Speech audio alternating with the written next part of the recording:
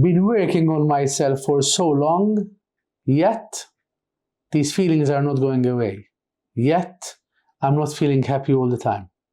Working on yourself through coaching, through therapy, is not about becoming numb. It's not about not feeling emotions.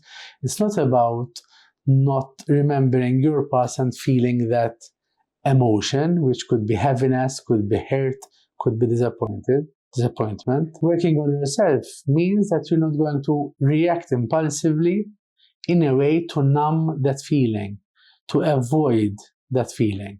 It means that you're not going to drink, do coke, buy impulsively online whenever you remember what you've been through when you were younger. Being calm is a skill you achieve. It's not a mood or a feeling.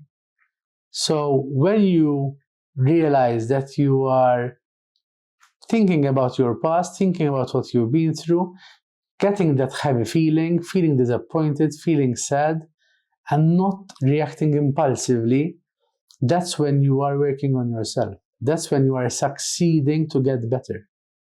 Because that calm, that not reacting impulsively, will be giving you a choice. A choice of how to react, how to soothe yourself when you're feeling bad, when you're feeling down. So working on yourself successfully doesn't mean you're going to be happy for the rest of your life.